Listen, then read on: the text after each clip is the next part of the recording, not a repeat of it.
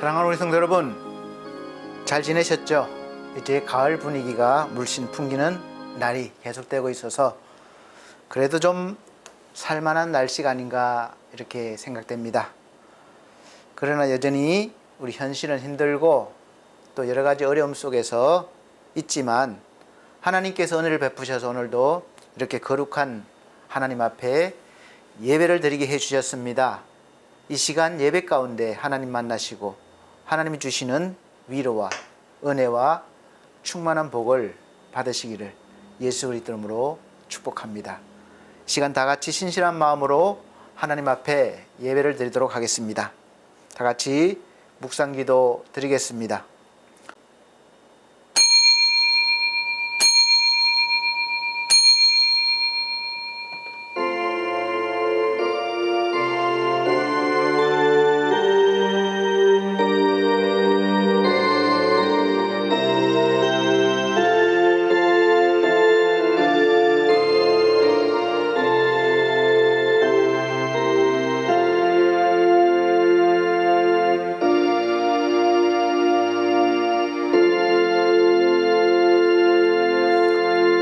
하나님이여 나를 지켜 주소서. 내가 주께 피하나이다. 내가 여호와께 아뢰되 주는 나의 주님이시오니 주 밖에는 나의 복이 없다 하였나이다. 땅에 있는 성도들은 존귀한 자들이니 나의 모든 즐거움이 그들에게 있도다. 다른 신에게 예물을 드리는 자는 괴로움이 더할 것이라. 나는 그들이 드리는 피의 전제를 드리지 아니하며 내 입술로 그 이름도 부르지 아니하리로다. 여호와는 나의 산업과 나의 잔의 소득이시니 나의 분깃을 지키시나이다. 아멘. 다 같이 찬송가 20장, 새 찬송가 66장 다 같이 찬송 드리도록 하겠습니다.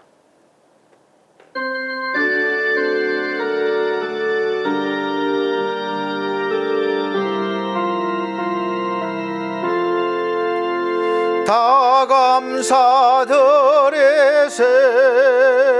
온 마음을 주께 바쳐 그 섭리 놀라워 온 세상 기뻐하리.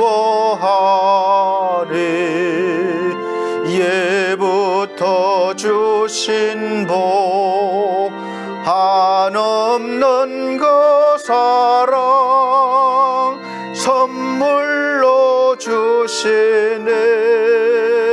이제와 영원히 사랑의 하나님 언제나 함께 계셔. 기쁨과 평화에 복 내려 주옵소서. 몸과 맘 병들 때 지혜로 제게사 이 세상 악에서 구하여 주소서. 감사와 찬송을 다 주께 드리어라. 저 높은 곳에서 다스리시는 주님 영원한 하나님 다 경배하여라. 이 은혜도 이제도 장래도 영원히 아멘.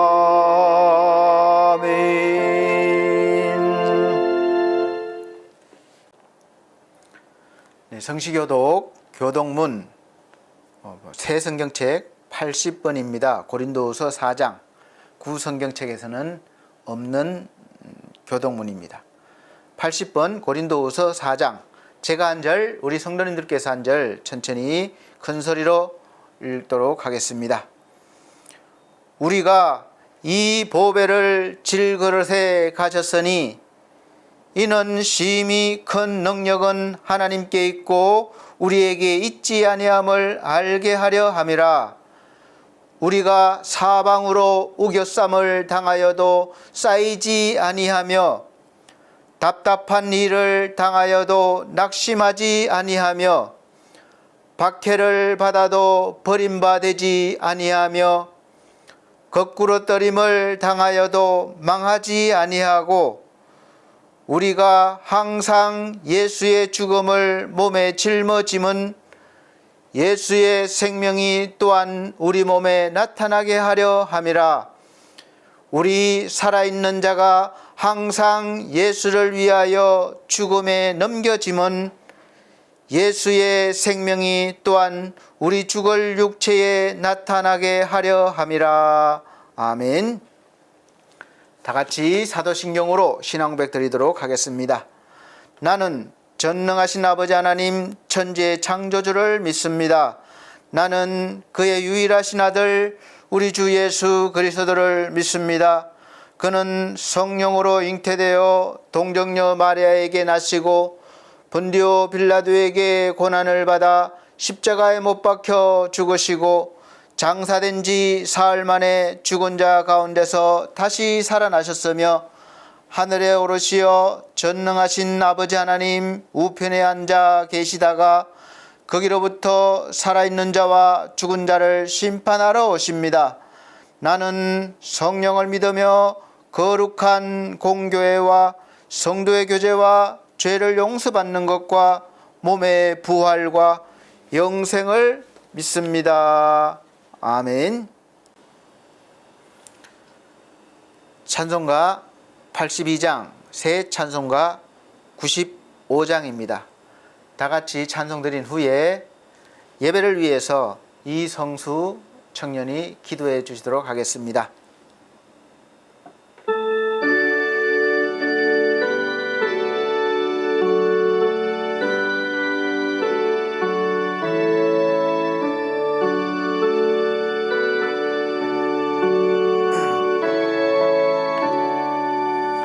나의 기쁨 나의 소망 되시며 나의 생명에 되신 주 밤낮 불러서 찬송을 드려도 늘 아신 마음뿐일세. 나의 사모하는 선한 목자는 어느 꽃다운 동산에 양의 모래와 늘 함께 가셔서 기쁨을 함께 하실까. 길도 없이 거친 넓은 들에서 갈 길 못 찾아 애쓰며 이래저래로 헤매는 내 모양 저 원수 조롱하도다. 주의 자비롭고 화평한 얼굴 모든 천사도 반기며 주의 놀라운 진리의 말씀에 천지가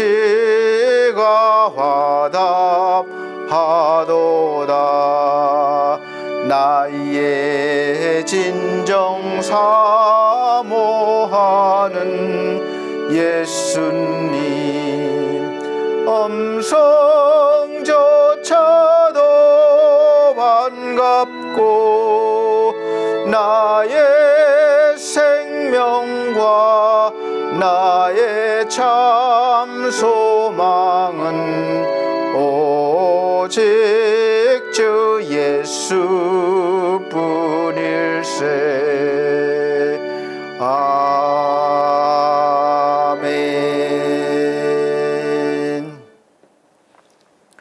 예배를 위해서 이성수 청년 기도해 주시겠습니다. 기도하겠습니다. 사랑하는 주님, 감사합니다. 한 주간도 지켜주신 은혜에, 또한 저를 그리고 예배에 참석하는 모든 이들을 이곳으로 부르신 은혜에 감사드립니다. 아멘. 주님, 주님의 나라가 이루어지길 기도합니다. 아멘. 걸음을 주저하는 이들, 걸음이 끊긴 이들, 기쁜 소식을 모르는 이들과 외면하는 이들까지 모든 이들이 함께 주님께 나아가길 원합니다. 아멘. 함께 하심을 알게 하여 주시옵시고 세상 살아감에 있어 가장 필요하고 구해야 하는 것은 주님임을 저희가 알게 하여 주시옵소서. 아멘. 그리하여 주님의 나라가 되게 하여 주시옵소서. 주님, 주님을 닮아가기 위하여 달려가고 있는 목사님, 성령 충만하게 하여 주시옵소서. 또한 주님의 사명을 감당하기 위하여 주님의 계획하심을 믿고 나아가는 엘피스 재가복지센터 복되게 사용하여 주시옵소서. 아멘. 그로 인해 많은 주님의 백성들이 주님께 찬양드리며 눈물로 기도하는 역사를 이루어 주시고 또한 그것을 저희가 볼 수 있길 소망합니다. 사용하여 주시옵소서. 이 시간 목사님 통하여서 전해주시는 주님의 음성 저희가 듣길 원합니다. 목사님의 입술과 마음에 권능을 허락하여 주시옵시고 저희 안에 드는 마음이 있다면 주님께서 주신 마음임을 알게 하시고 주님의 계획하심을 알게 하여 주시옵소서. 그로 인해 한 주간을 또 한 달을 1년을 살아감에 원동력이 되게 하시고 마음의 중심을 주님으로 세울 수 있도록 허락하여 주시옵소서. 세상 시험과 가족 구원 등을 비롯하여 성도들 각자의 소망이 있습니다. 주님, 소원하는 것들이 주님의 뜻을 바탕으로 이루어질 수 있도록 주님 인도하여 주시옵소서. 감사합니다. 주님, 이 모든 것 살아계신 우리 구주 예수 그리스도의 이름으로 기도드렸습니다. 아멘.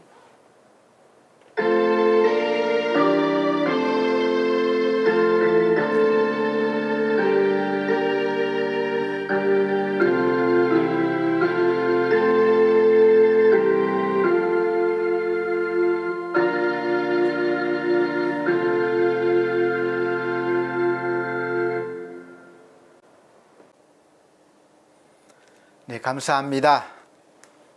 오늘 하나님께서 우리에게 주시는 하늘의 양식, 생명의 말씀은 고린도후서 11장 23절부터 31절까지입니다. 고린도후서 11장 23절로부터 31절 말씀 제가 천천히 읽어드리도록 하겠습니다. 그들이 그리스도의 일꾼이냐 정신없는 말을 하거니와 나는 더욱 그러하도다. 내가 수고를 넘치도록 하고 옥에 갇히기도 더 많이 하고 매도 수없이 맞고 여러 번 죽을 뻔하였으니 유대인들에게 40에서 하나 감한매를 5번 맞았으며 3번 태장으로 맞고 1번 돌로 맞고 3번 파선하고 일주야를 깊은 바다에서 지냈으며 여러 번 여행하면서 강의 위험과 강도의 위험과 동족의 위험과 이방인의 위험과 시내의 위험과 광야의 위험과 바다의 위험과 거짓 형제 중에 위험을 당하고 또 수고하며 애쓰고 여러 번 자지 못하고 줄이며 목마르고 여러 번 굶고 춥고 헐벗었노라. 이 외의 일은 고사하고 아직도 날마다 내 속에 눌리는 일이 있으니 곧 모든 교회를 위하여 염려하는 것이라. 누가 약하면 내가 약하지 아니하며 누가 실족하게 되면 내가 애타지 아니하더냐. 내가 부덕불 자랑할진대 내가 약한 것을 자랑하리라. 주 예수의 아버지 영원히 찬송할 하나님이 내가 거짓말 아니하는 것을 아시느니라. 아멘.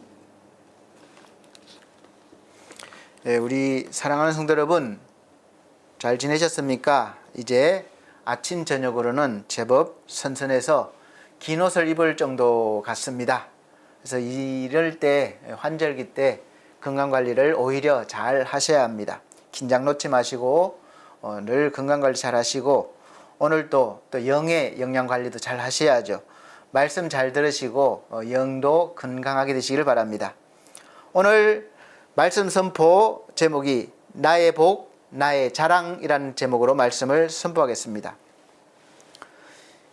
우리 사랑하는 성도님들은 예수를 믿고 받은 복이 무엇이고 또 자랑할 것이 무엇이 있습니까?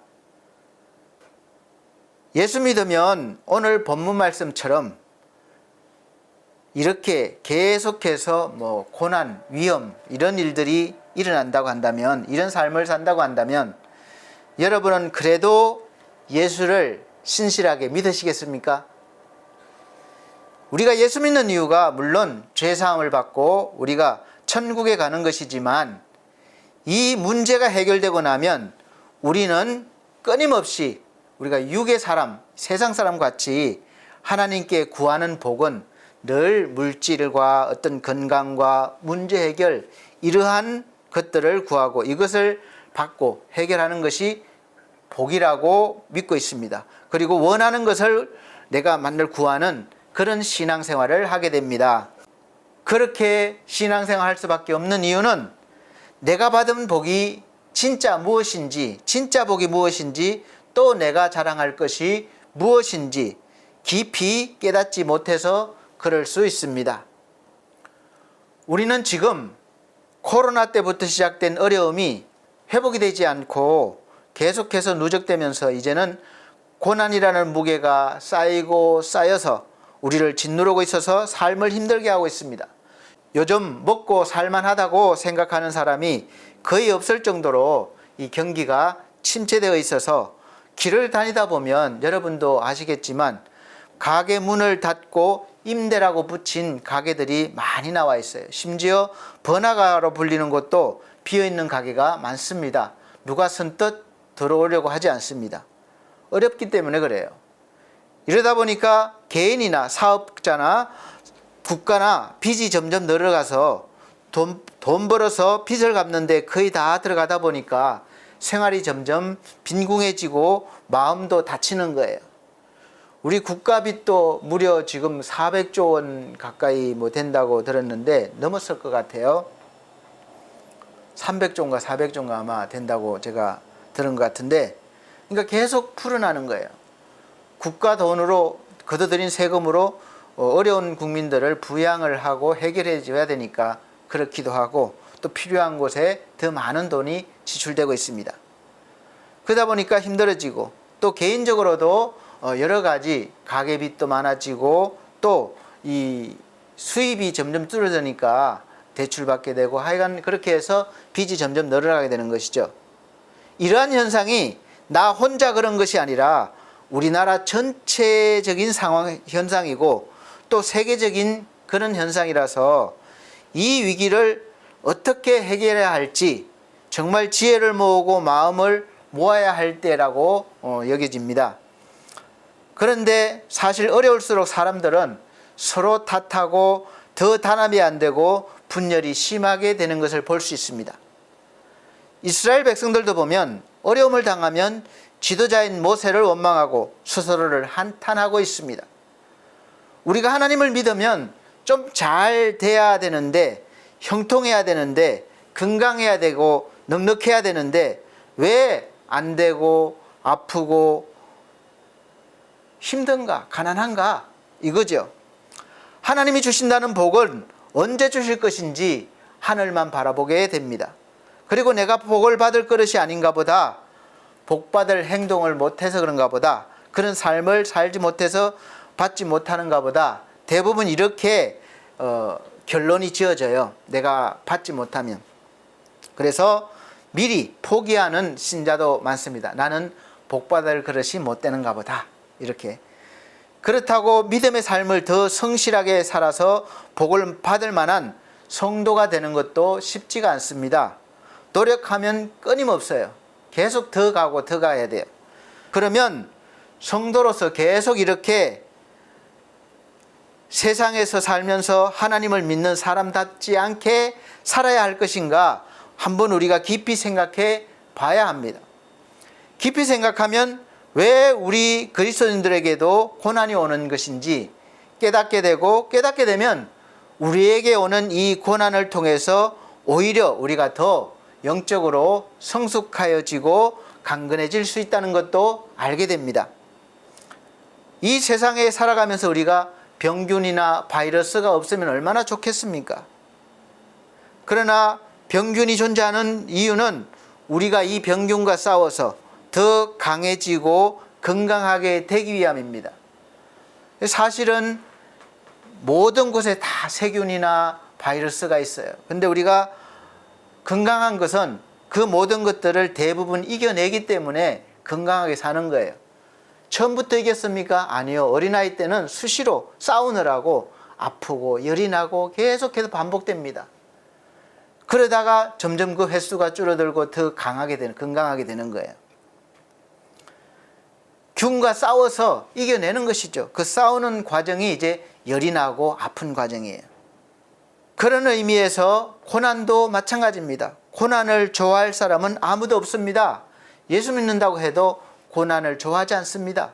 오히려 예수 믿으면 고난을 피하게 해달라고 기도하는 경우가 대부분입니다. 우리의 인생에서, 우리의 삶에서 고난은 항상 크고 작은 파도처럼 끊임없이 이 고난의 파도가 밀려오는 것입니다. 그러나 그 고난을 극복하면 믿음이 강한 신자로 우뚝 설 수 있습니다. 그리고 고난에 지면 신앙이 떨어지게 됩니다. 그래서 우리는 이 첫 번째 고난의 원인을 잘 알아야 됩니다. 고난은 우리가 죄를 범해서 오는 경우도 있지만 또 많은 경우에는 우리를 더 강하게 훈련시키기 위한 고난도 많습니다. 그리고 우리의 고난의 시작은 아담과 하와가 하나님의 말씀을 지키지 못하고 불순종함으로 시작된 거예요. 아무런 걱정 근심 없이 살 수 있었는데 하나님께서 선과 악을 알게 하는 나무의 실과를 따먹으면 정령 죽으리라, 그렇게 먹지 말라고 명령하셨는데 이 마귀의 유혹으로 하나님과 같이 되려는 그런 마음을 먹고 그 순간부터 이제 우리 인간이 불행이 시작된 것입니다. 선악과를 먹는 과정, 먹었다는 것은 하나님 말씀에 불순종했다는 거예요. 그 순간부터 이제 하나님이 말씀하신 정령 죽으리라가 시작된 것입니다. 첫째로 영혼이 먼저 죄로 인해서 죽게 된 것입니다. 육체만 살아있게 됐어요.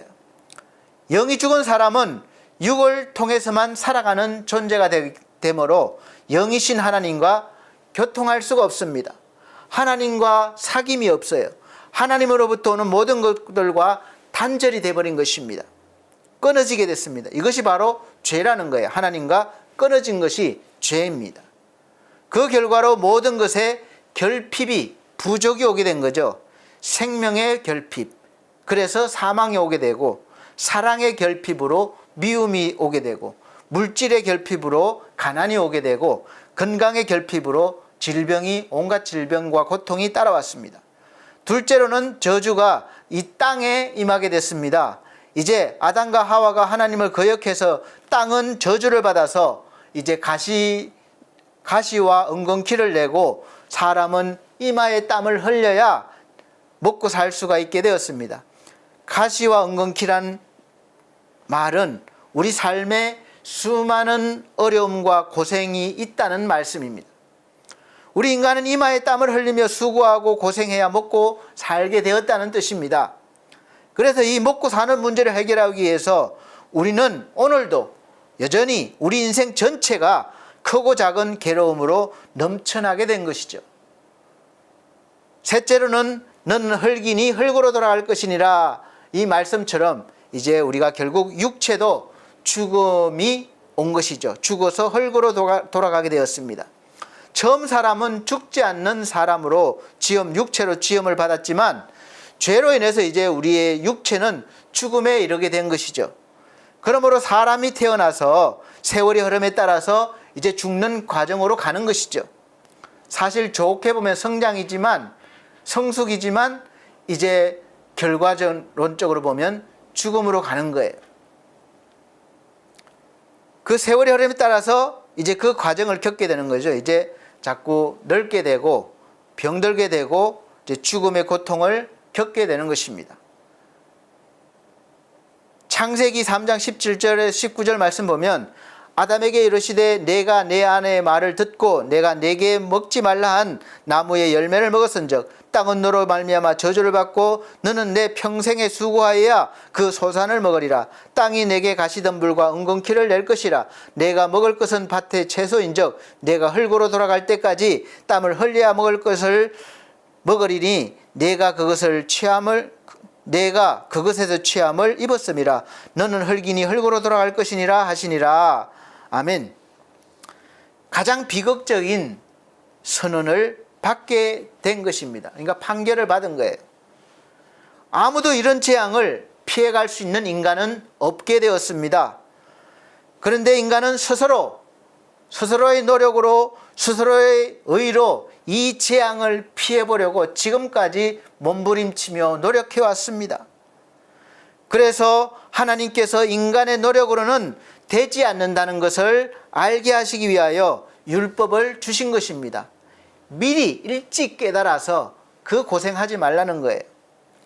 인간은 스스로 율법을 잘 지켜서 인정받으려고 하는 잘못된 구원의 길을 계속하지 말라는 것입니다. 그래서 율법을 주셨습니다. 하나님은 율법으로는 구원을 받을 수 없고 예수 그리스도만이 우리의 죄를 대신 대속할 수 있고 하나님과 화해를 시킬 수 있는 유일한 구원자이심을 확실하게 보여주셨고 알게 해주셨습니다. 그래서 율법을 통해서 자신이 죽을 죄인임을 먼저 깨닫고 구원자이신 예수 그리스도 앞으로 나오게 하시려고 율법을 주신 것입니다.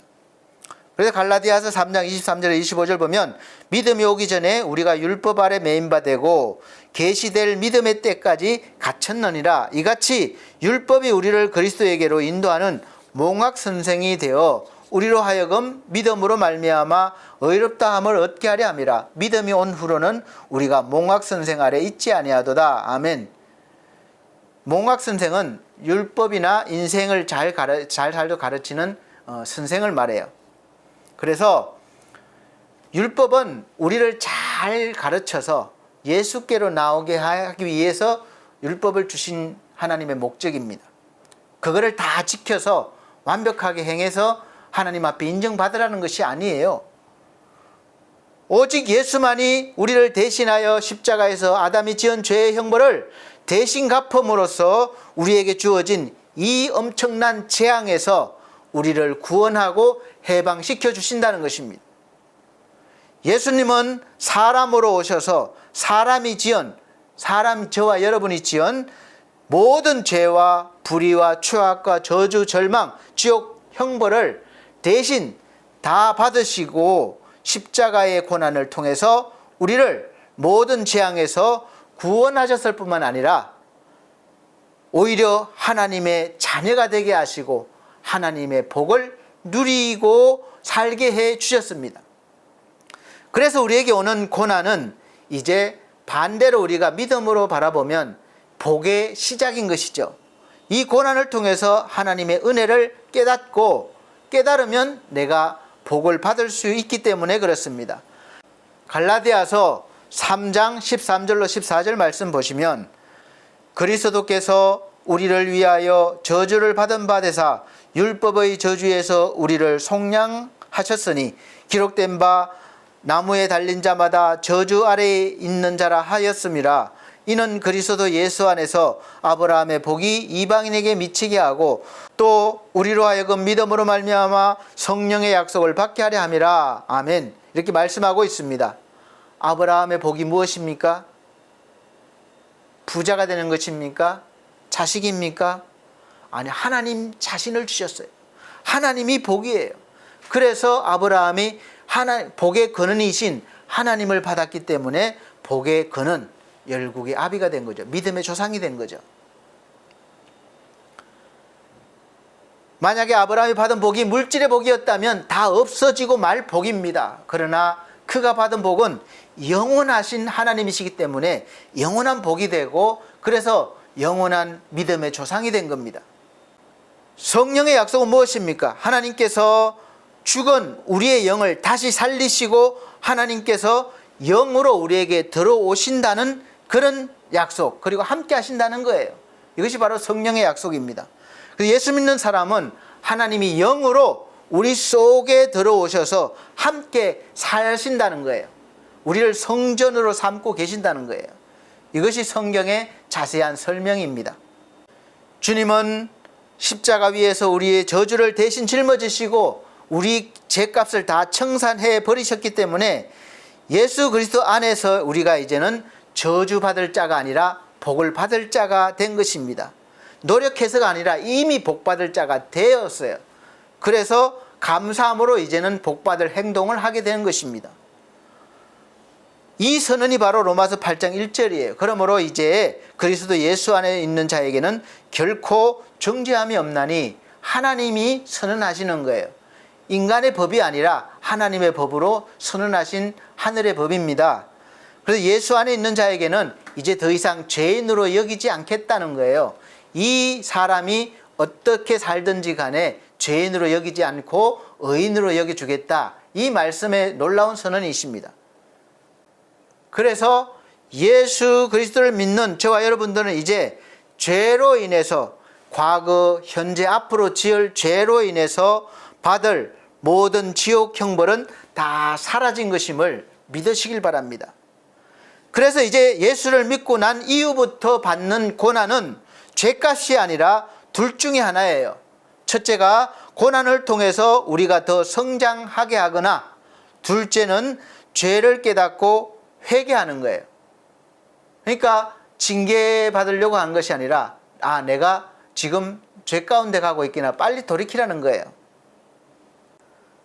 그래서 예수 그리스도를 믿고 난 이후에 우리에게 오는 고난은 우리가 이제 이렇게 해석해야 됩니다. 첫째는 고난을 통해서 내가 더 성장할 수 있다는 것. 힘들지만 이 고난을 이겨내면 내가 영적으로 성장할 수 있고 성숙해진다는 것.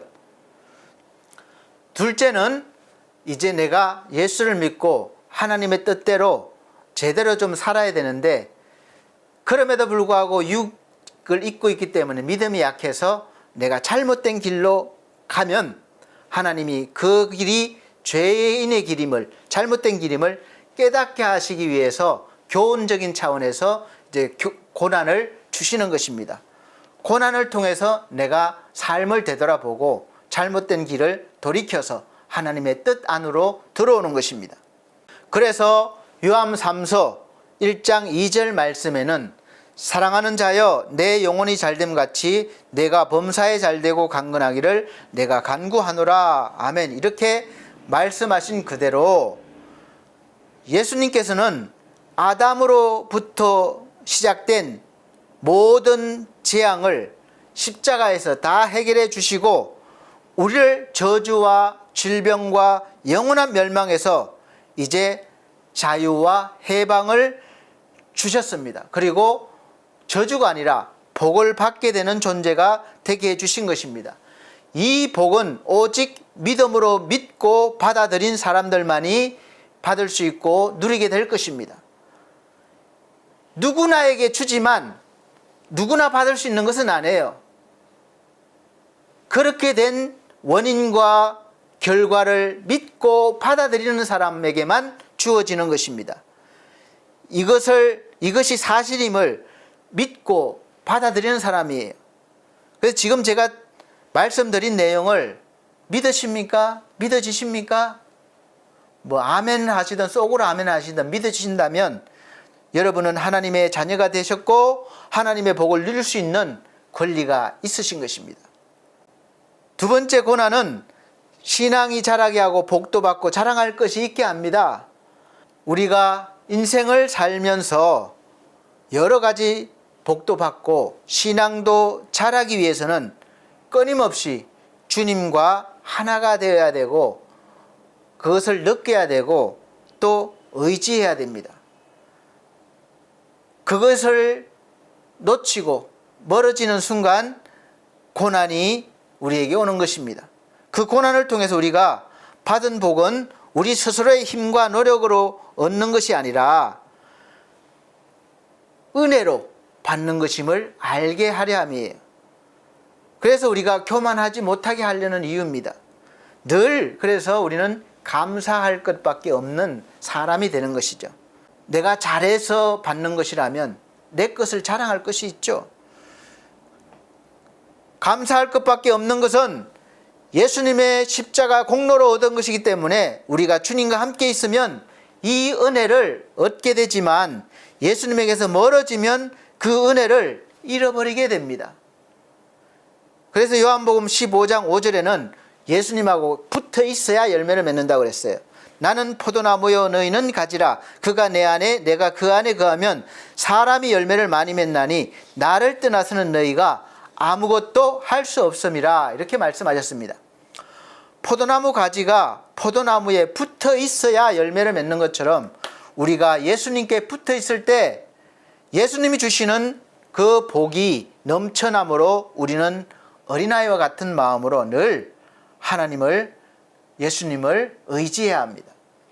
우리가 항상 깨어 있어서 하나님을 의지하고 하나님을 찾는 믿음의 마음을 갖기 위해서 우리가 힘들어하고 고통스러워하는 것을 하나님이 아시면서도 고난을 우리에게 허락하시는 이유가 됩니다.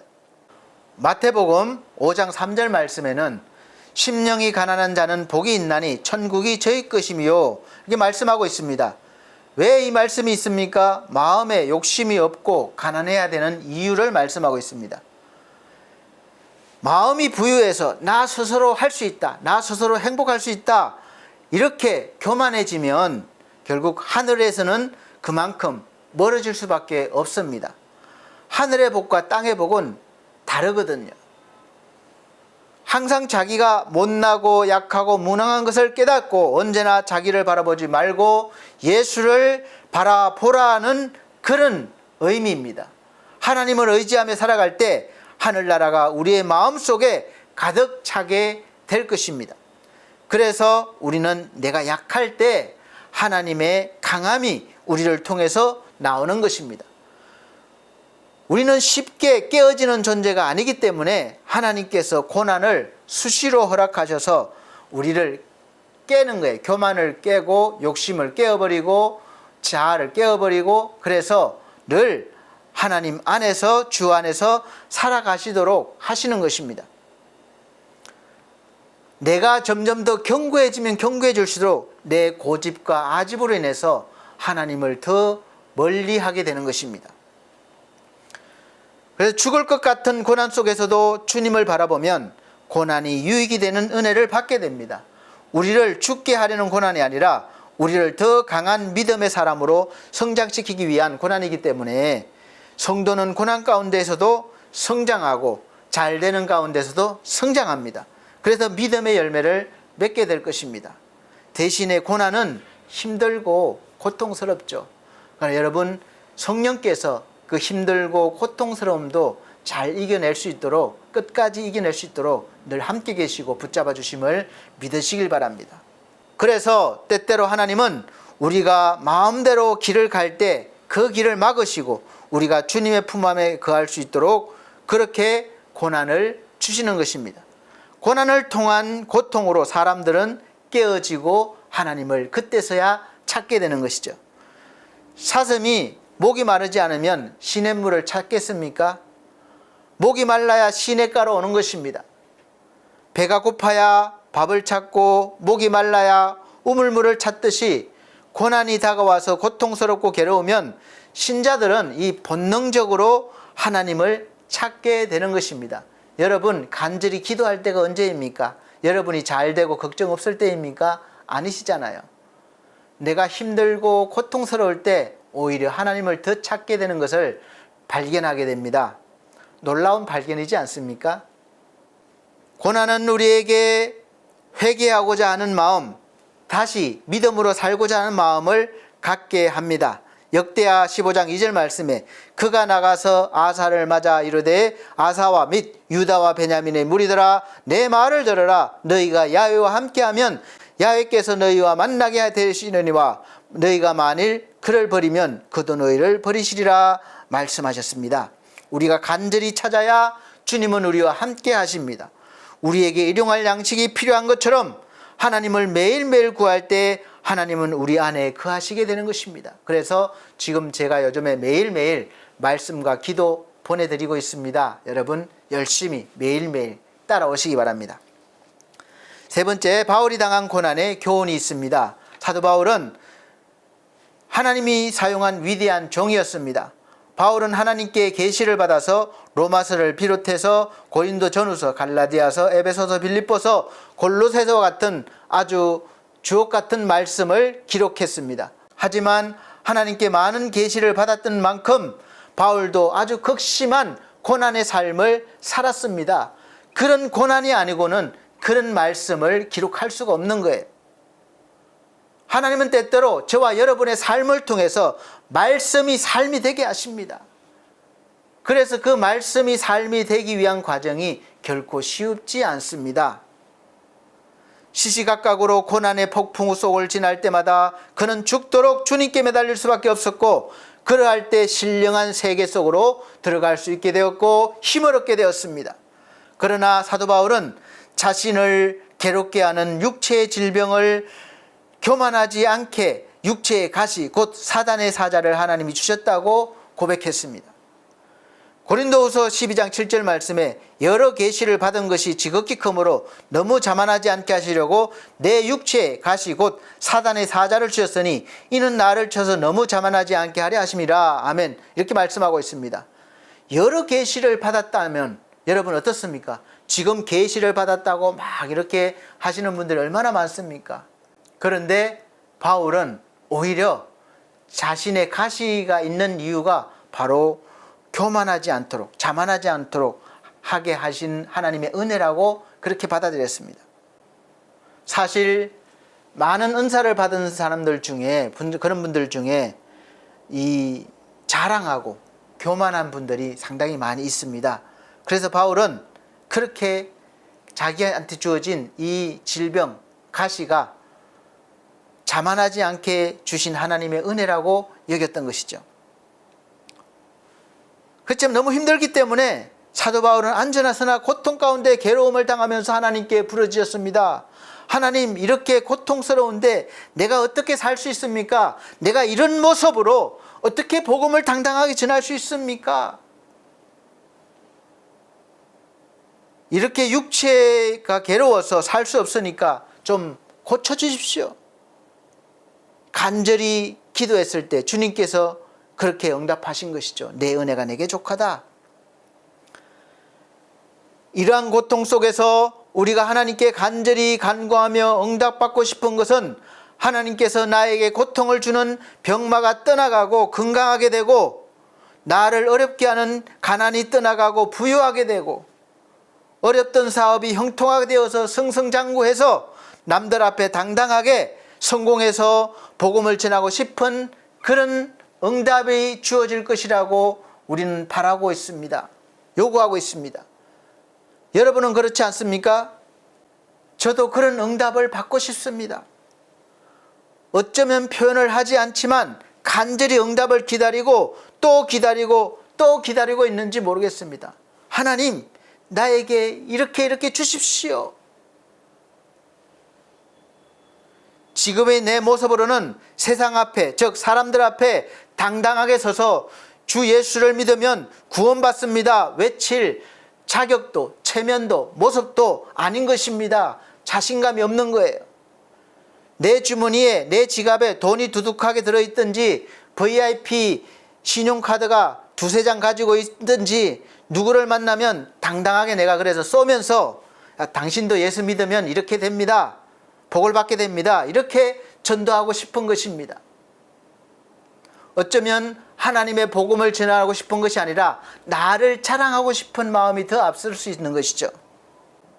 그런데 그러한 내가 바라는 복은 눈에 보이지 않고 늘 건강 문제로 아파하고, 돈이 없어서 쩔쩔매고 하는 일도 제대로 풀리지 않아서 매일매일 힘들어하고 삶에 전혀 자신감 없는데 어떻게 다른 사람에게 내가 당당하게 복음을 전할 수 있습니까? 예수 믿으라고 할 수 있습니까? 예수 믿으라고 할 수 있겠습니까? 그래서 예수의 옛자도 말하지 못하면서 살고 있고 겨우겨우 내 믿음만 지켜나가고 있는 줄도 모르겠습니다. 사실 내 믿음만 지키고 있어도 좋은 거예요. 많은 사람들이 믿음에서 오히려 떠나고 있기 때문에 그렇습니다. 우리가 간절히 내 문제 해결을 위해서 나의 고통이 사라지고 어디 가도 당당하게 복음을 전할 수 있게 해달라고 간절히 기도할 때 하나님께서는 우리의 기도에 응답도 해주시지만 때때로 아주 많게 우리에게 이렇게 응답해 줄 수 있음을 아시길 바랍니다. 고린도후서 12장 9절처럼 나에게 이르기를 내 은혜가 내게 족하도다. 이는 내 능력이 약한 데서 온전하여 짐이라 하신지라. 그러므로 도리어 크게 기뻐함으로 나의 여러 약한 것들에 대하여 자랑하리니 이는 그리스도의 능력이 내게 머물게 하려 함이니라. 아멘. 이렇게 말씀하고 있는 것입니다. 우리는 강하고 싶은데 하나님은 약해지라고 하십니다. 우리는 자랑하고 싶은데 자랑할 것이 없게 만드십니다. 이상하지 않습니까? 부모라면 내 자식이 강해지고 자랑할 것이 많게 되면 좋은데 하나님은 그것을 원하시지 않는 거예요. 왜 그렇습니까? 우리를 사랑하지 않으셔서 그렇습니까? 여러분은 어떻게 생각하십니까? 사도 바울은 가는 곳마다 마귀의 계계로 능욕을 당했습니다. 고린도후서 11장 23절에는 그들이 그리스도의 일꾼이나 정신이 없는 말을 하거니와 나는 더욱 그러하도다. 내가 수고를 넘치도록 하고 옥에 갇히기도 더 많이 하고 매도 수없이 맞고 여러 번 죽을 뻔하였으니 라고 말한 것처럼 말할 수 없는 핍박을 당했지만 하나님을 원망하거나 떠나지 않았습니다. 오히려 그때마다 더 주님을 의지할 수밖에 없었습니다.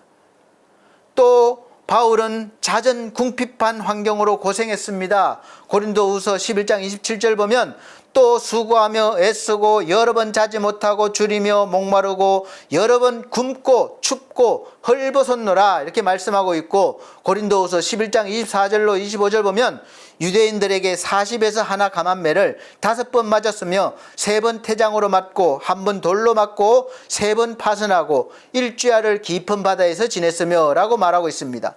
또 고린도후서 11장 26절에는 여러 번 여행하면서 강의 위험과 시내 위험과 광야의 위험과 바다의 위험과 거짓 형제 중의 위험을 당하고 이렇게 말했던 것입니다. 사도 바울은 많은 어려움을 극복하기 위해서 끊임없이 하나님께 기도해야만 했습니다.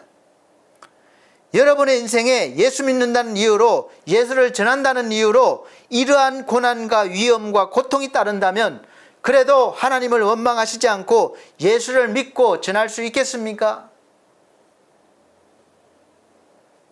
자신 있게 예라고 대답할 수가 없습니다.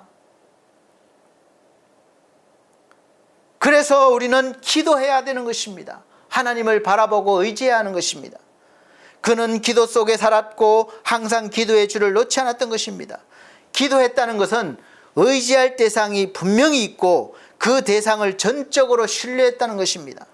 바울이 의지한 대상이 누구입니까? 바로 하나님이십니다. 그는 다메섹 도상에서 자신이 핍박하던 예수를 만나고 거듭난 후에 자신의 삶을 온전히 주님을 위해서 살았던 것입니다. 주님을 위한 온전한 삶이 무엇입니까? 오직 교회 일만 전도만 하는 것입니까? 아니요. 여러분 각자에게 주어진 그 환경 속에서 주어진 일과 사람들에게 믿음으로 최선을 다하는 것입니다. 그 가운데 예수 그리스도의 빛을 비춰내는 것입니다. 사도 바울은 복음 전하도록 부르심을 받은 사람이기 때문에 끊임없이 그는 일을 하면서도 전도를 여행을 다니고 그렇게 했던 것이고, 또 그렇지 않은 부름을 받으신 분들은 있는 자리에서, 직장에서, 또 여러분들이 계신 곳에서 열심히 복음을 전해야 되는 것입니다. 우리가 겉으로 보기에는 사도 바울이 가는 곳마다 죽을 위험과 망하는 것 같은 현실뿐이었습니다. 쫓겨다니거나 매를 맞고 감옥에 갇히고 굶고 풍랑을 만났습니다. 하나님이 일을 한다는데, 이렇게 열심히 하는데 형통해야 되지 않습니까? 돕는 사람들이 많이 있어서 내가 부족함이 없어야 되지 않습니까? 그런데 가는 곳마다 이렇게 예수 믿고 망한 사람처럼 되는 거예요. 그러나 영적으로는 사도 바울이 가는 곳마다 복음을 전할 때 귀신이 떠나가고 병자가 낫고 영혼이 살아나는 그런 은혜의 역사가, 생명의 역사가 나타났던 것입니다. 사도 바울이 쓴 편지가 성경이 된 것은 그 내용이 항상 하나님과 함께한 삶이었고 동행하는 삶이었으며, 이 사도 바울의 삶을 통해서 하나님을 믿는 성도들이 얼마나 하나님의 은혜를 깨닫고 또 은혜 속으로 들어가는지 모릅니다. 힘을 얻는지 모릅니다. 우리가 하나님을 믿으면서 받고 싶은 복이 있습니다. 무엇을 하든지 형통한 복, 건강한 복, 부유한 복, 충만한 복, 그래서 이런 복을 받아서 하나님을 나처럼 믿으라고, 내가 믿는 하나님을 당신도 믿어서 그렇게 잘 살아보라고 이렇게 외치고 싶습니다. 당당한 신자로 살고 싶습니다.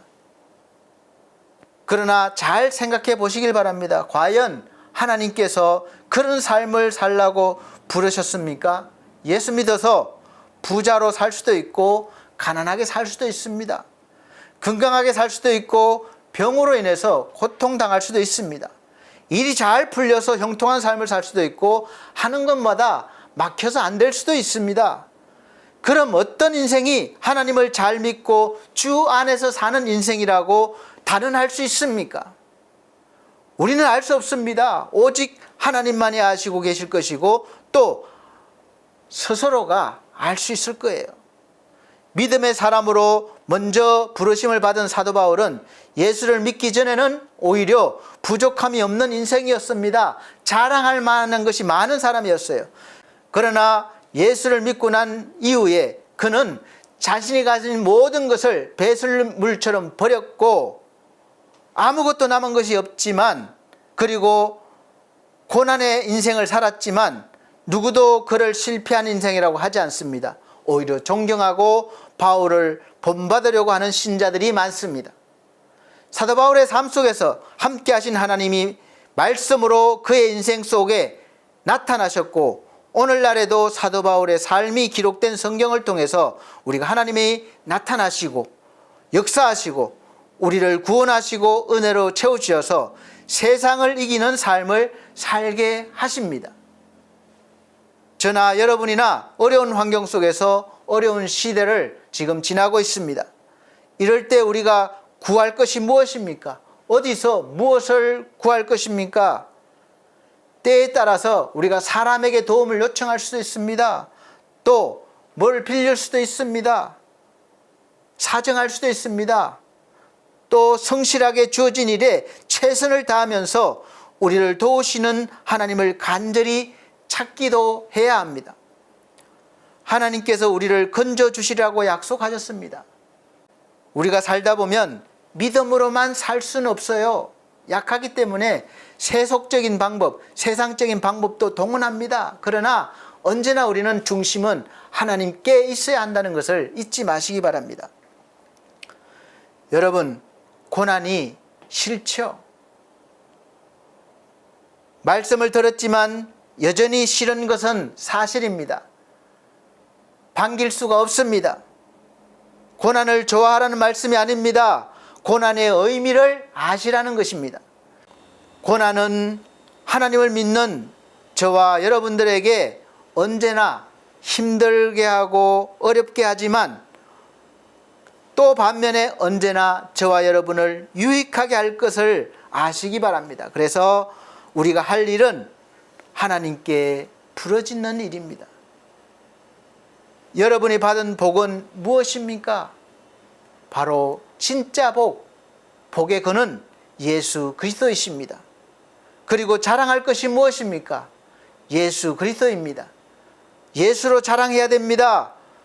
우리 예수를 믿는 신자들을 하나님께서 이런 믿음, 의식이 될 때까지 성장시키기 위해서 고난이 제일 좋은 교육임을 아시기에 고난을 허락하시는 것입니다. 그래서 넘어질 것 같으면 다시 또 하나님은 위로해 주시고 건져 주시고 또 복도 풍성하게 주십니다. 그러므로 사랑하는 우리 성도 여러분, 고난받는다고 여겨지시면 즉시 하나님 앞에 무릎을 꿇으시고 더 간절히 하나님을 찾으시길 바랍니다. 또 반대로 복을 받았다고 여기시면 교만하지 마시고 자만하지 마시고 여전히 하나님께 부르짖고 나오시길 바랍니다. 시편 50편 15절 말씀에 환난 날에 나를 부르라 내가 너를 건지리니 내가 나를 영화롭게 하리로다. 아멘. 이렇게 하신 말씀처럼 하나님께 기도하면 하나님을 부르면 하나님께서 지금 위급한 상황에서 건져주실 뿐만 아니라 우리가 하나님을 영화롭게 하는 삶을 살 수가 있게 해주신다는 것입니다. 그래서 이제부터 여러분이 받은 복 예수 그리스도를 삶에서 마음껏 누리시고 자랑하시는 하나님의 자녀들이 다 되시기를 예수 그리스도 이름으로 축복합니다. 기도하시겠습니다. 하나님, 가장 귀한 복, 생명의 복을 우리에게 주심을 감사합니다. 이제 우리가 받은 이 귀한 보배를 깨지기 쉬운 질그릇이지만 귀 품고 의지하여 이 보배를 자랑하며 증거하며 살아갈 수 있도록 도와주시옵소서. 우리의 복은 영원하신 하나님입니다. 하나님으로부터 오는 모든 주어진 복들은 우리가 누리고 사용해야 될 것들이고 영원한 것이 아닙니다. 그렇지만 우리에게 필요한 복들이니 하나님 때에 따라 풍성하게 부어주시옵소서. 그 복으로 하나님의 성도로서 힘있게 능력있게 살 수 있는 또 원동력이 되게 하시고 그 원동력 속에 복음을 전할 수 있는 믿음도 더하여 주옵소서. 예수 그리스도 이름으로 감사하며 기도합나이다. 아멘. 감사합니다. 이 시간은 정성껏 준비하신 헌금 드리는 시간입니다. 헌금 찬송 489장, 새 찬송가 429장 다 같이 찬송 부르시면서 준비하신 헌금 드리도록 하겠습니다.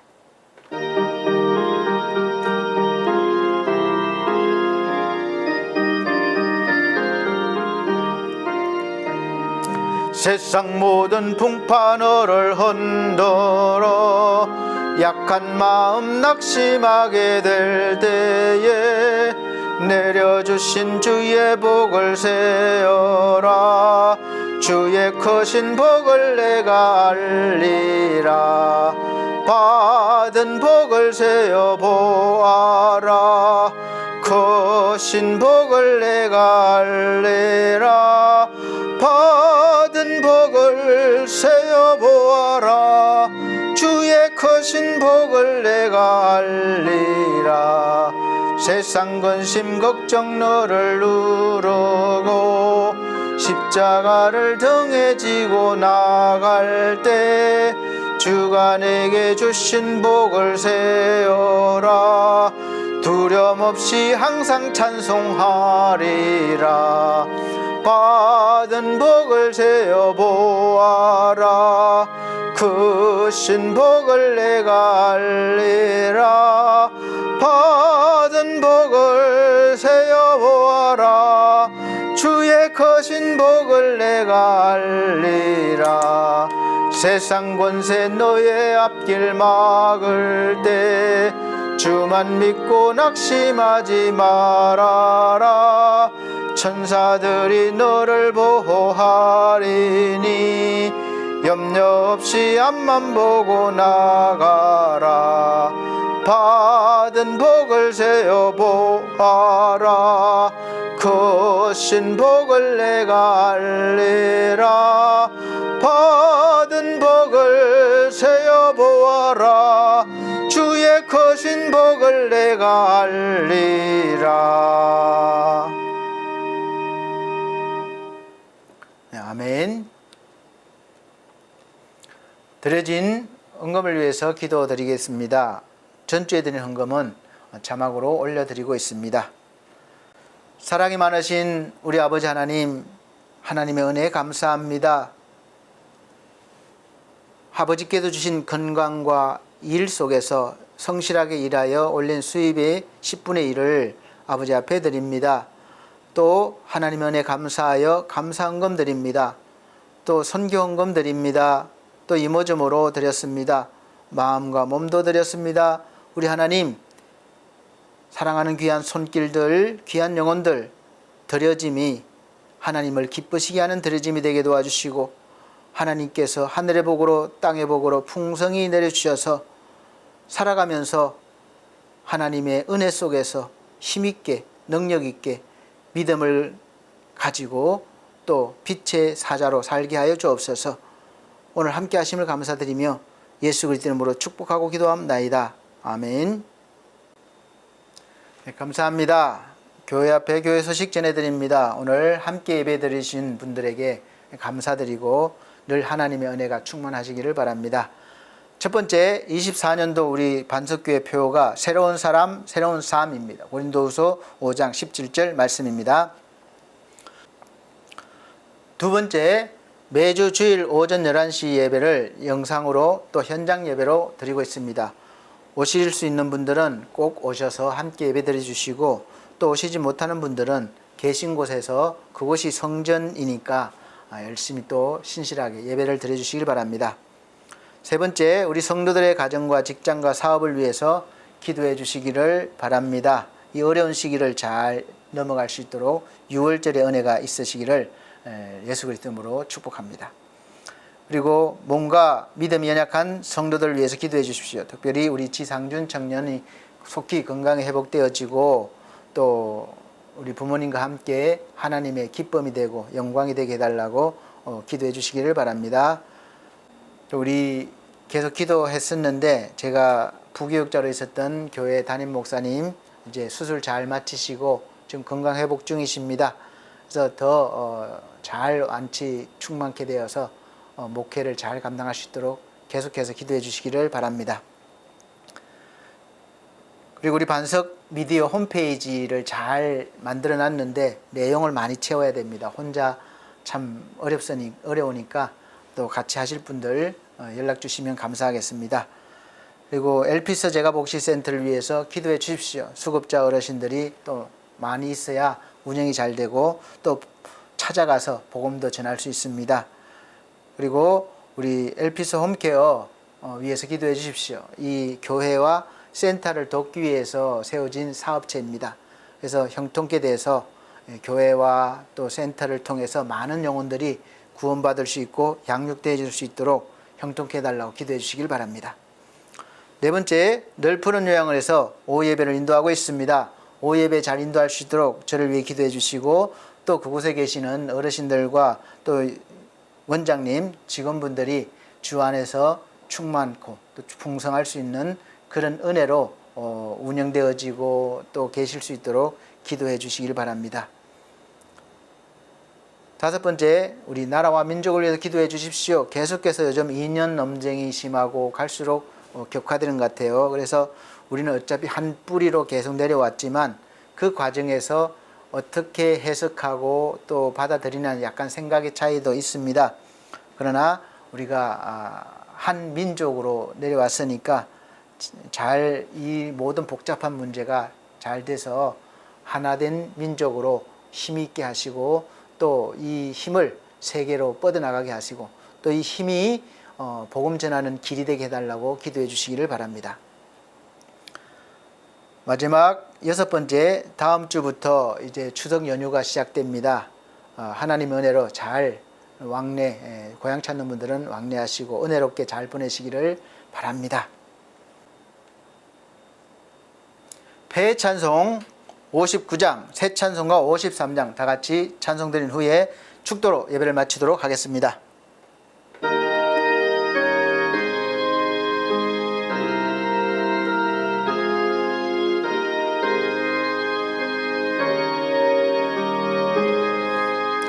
성전을 떠나가기 전 머리를 숙일 때 주께서 함께 계시고 복 내려 주소서. 집으로 돌아가는 길 주동행하시고 내 모든 언행 심사를 다 지켜줘소서. 거룩한 날이 다가고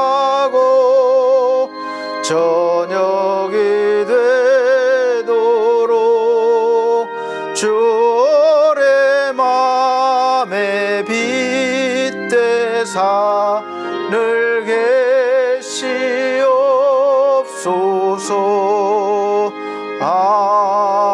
아멘.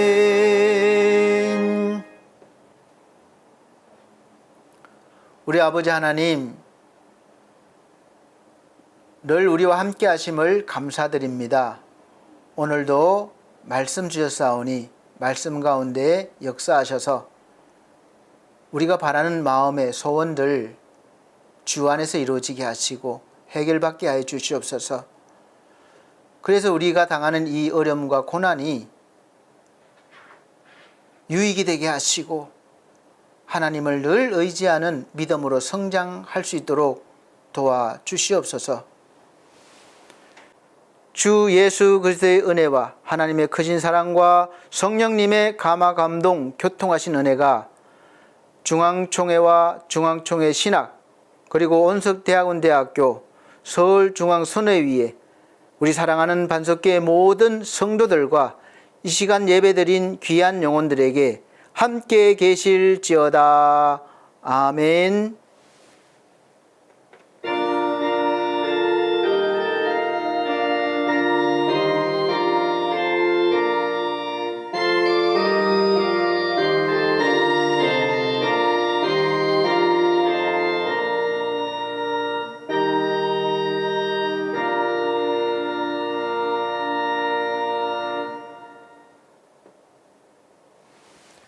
감사합니다. 하나님께 영광 돌립니다. 다음 주 건강한 모습으로 뵙겠습니다.